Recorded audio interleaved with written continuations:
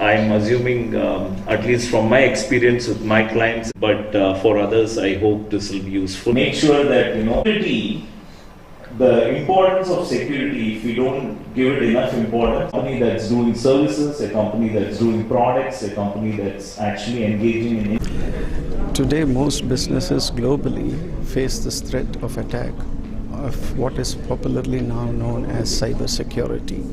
No industry, no business is spared from this real threat.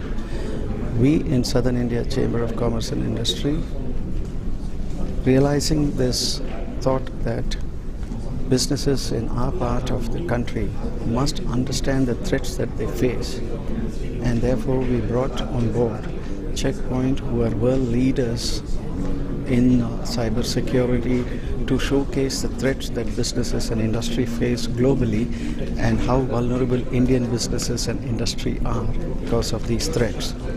I'm confident that this seminar will set the context for companies to look inwards, increase their protection against these attacks, which is now sadly but paradoxically and every day happening in the world today. I would like to say that, look, like anywhere else, the hackers are ahead of the solution.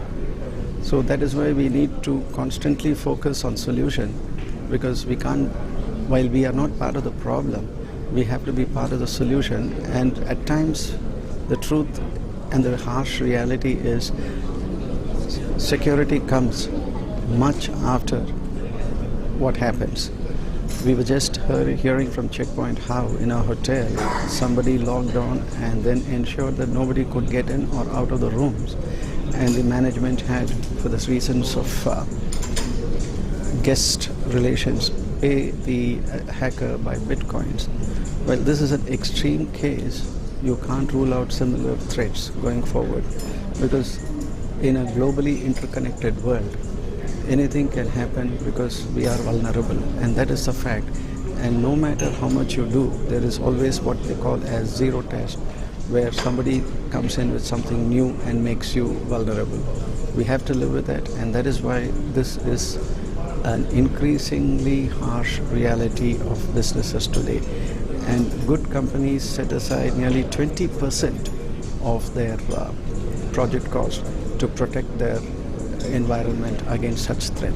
It is fair to presume that banks are the most vulnerable, given the fact that banks deal with actual cash transactions. So that is why they have to be on guard constantly, and they're increasingly investing money to protect their environment.